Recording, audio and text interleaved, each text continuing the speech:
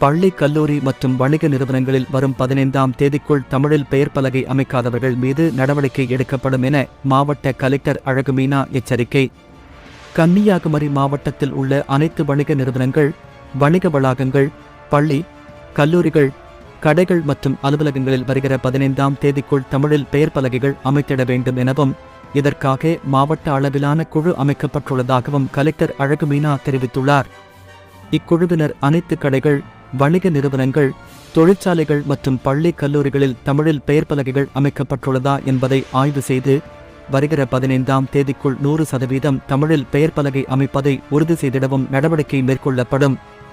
எனவே அனைத்து கடைகள், உணவகங்கள் மற்றும் தொழிற்சாலைகளின் பெயர் பலகைகளை தமிழில் முதன்மையானதாக பெரிய அளவில் அமைத்திட வருகிற 15ஆம் தேதி வரை கால அவகாசம் வழங்கப்படுகிறது. வருகிற 15ஆம் தேதிக்கு பின்னரும் தமிழில் பெயர் பலகை அமைக்காத உரிமையாளர்கள் மீது நடவடிக்கைகள் மேற்கொள்ளப்பட்டு அபராதம் விதிக்கப்படும் எனவும் கலெக்டர் அழகுமீனா தெரிவித்துள்ளார்.